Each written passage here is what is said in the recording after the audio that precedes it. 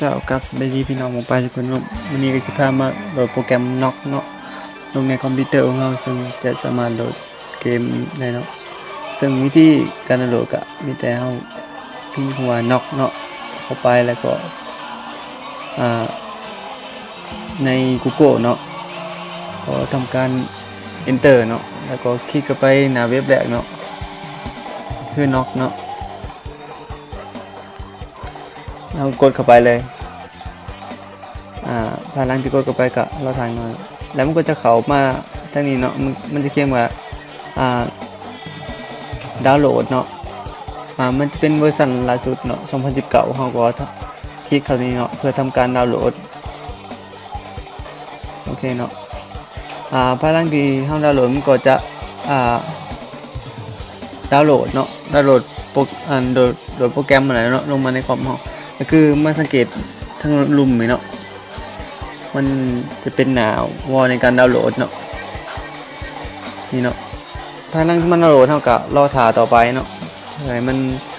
โหลดข้อมูลสำเร็จเนาะคือโปรแกรมนี้ก็เป็นโปรแกรมใหญ่เนาะในการติดตั้งของเราก็เดี๋ยวสิพาติดตั้งเนาะว่ามันสิมีขั้นตอนในการติดตั้งซึ่งมันก็เมื่อเปรียบเทียบระหว่างโปรแกรมน็อกกับโปรแกรม VisualTag อะ VisualTag มันก็ดีในระดับหนึ่งเนาะแต่น็อกมันจะลินเกมลื่นกว่าเนาะในการลินเกมฟรีไฟของเราเนาะก็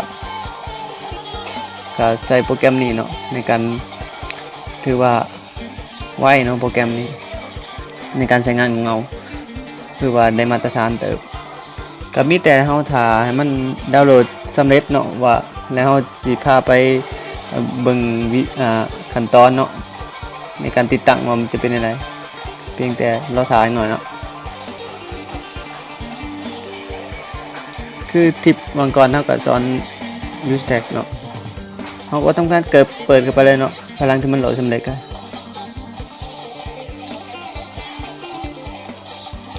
ถ้าว่าผิดเราถือก็ขอโทษขออภัยกันเนาะเขาก็รอถ่ายมันติดตั้งจังหน่อยเนาะนี่เนาะมันจะเขียนไว้ติดตั้งเนาะเขาก็คลิกเข้าไปที่นี่เพื่อทำการติดตั้งเนาะ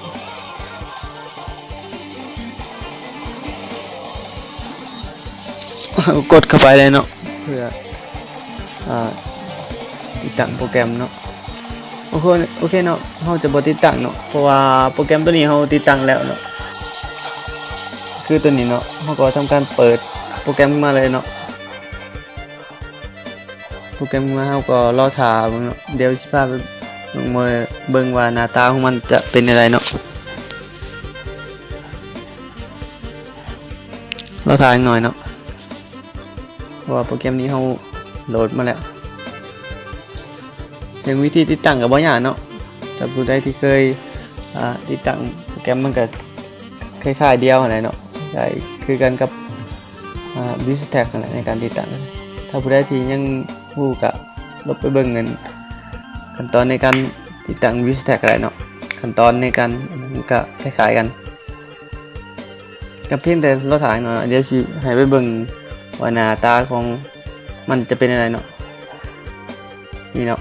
พลังที่เราโอเคเนาะพลังที่เราเปิดหน้าเข้ามามันก็จะมีหน้าตาไว้สิเนาะในการใช้งานของน็อกเนาะน็อกเพย์คือเราสามารถจะดาวน์โหลดเกมต่างๆได้เนาะคือเกมฟรีไฟเกม ROV ต่างๆก็สามารถดาวน์โหลดได้เนาะถ้าเราจะดาวน์โหลดเราก็ทำการคลิกเข้าแอปมันเนาะ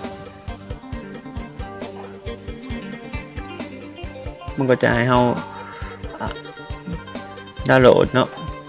เราบ่ขอดาวน์โหลดเนาะเพราะว่าเราดาวน์โหลดมาแล้วเกมตัวนี้ก็คือว่าการติดตั้งน็อกกับบ่มีขั้นตอนซับซ้อนปานใดเนาะถ้าคลิปนี้มีประโยชน์ก็แต่ฝากกดไลค์กดแชร์เนาะกดติดตามกดกระดิ่งเนาะแจ้งเตือนจะบ่พลาดในเมื่อเฮาอัปเดตคลิปใหม่ๆลงไปเนาะก็มีแต่ฝากกดไลค์กดแชร์เนาะขอบใจสวัสดี